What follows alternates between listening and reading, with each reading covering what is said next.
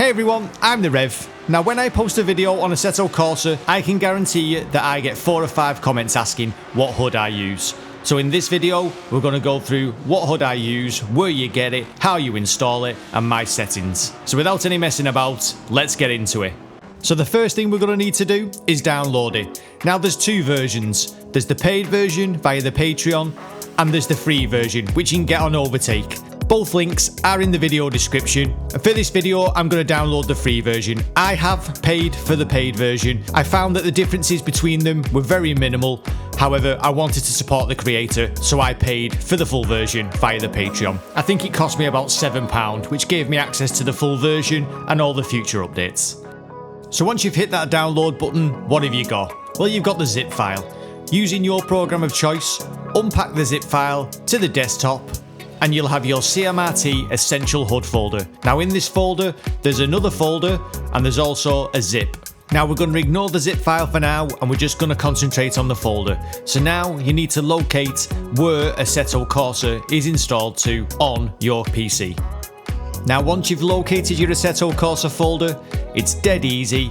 All you do is take the Assetto Corsa from inside the CMRT Essential HUD and drag it and drop it in to the Steam Apps Common folder. Then when you go into your apps, into LUT, you should have the CMRT Essential HUD. Now if you navigate back to your Assetto Corsa folder, you should see a folder labelled Content. This is where we're going to put the contents from the other zip file, from the flag zip file. Just drag it and drop it into the Assetto Corsa root folder.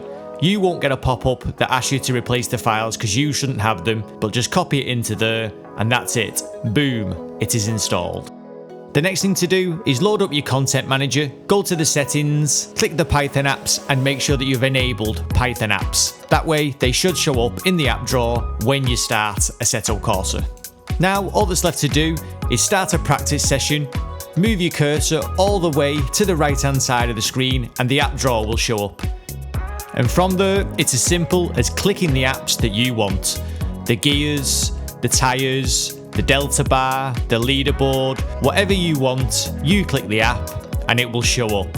Once you've activated all the apps that you want, all that's left to do is to position them on the screen where you want them. And that's as simple as using a left click to drag and drop and then a right click to lock them into position.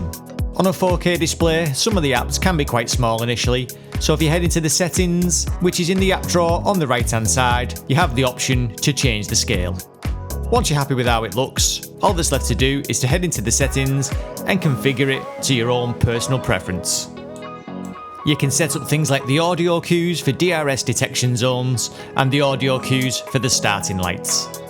The one setting that I would recommend using if you use the delta bar is save on close. This is very useful as it stops the stuttering that can occur as you head through different sectors on the track. So if you have any stuttering issues, that's the setting to use. And there you have it. The CMRT Essentials HUD is installed, ready to use and ready to configure to your liking.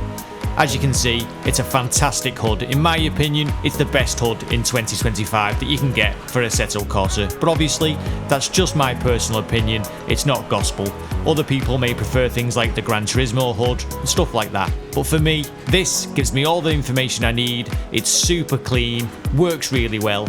I think this is the best HUD you can get in 2025. It's worth noting that every now and again, the tyres app might not work with specific cars. I don't know why that is, but it's like sometimes it can't hook the tyre temperatures. So every now and again, you might find there's a car that you use that you don't get the tyre temperatures. Also, when you switch to the replays, the HUD can only glean the information that it gets from the replay buffer. So some things may be missing in replays. Again, things like tyre temperatures, a delta time, stuff like that.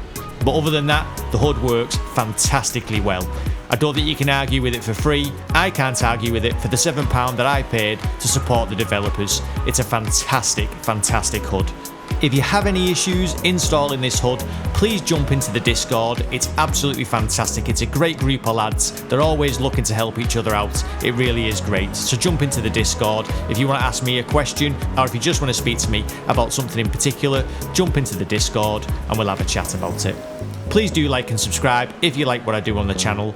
As always, I've been the Reverend. Thank you very much for watching.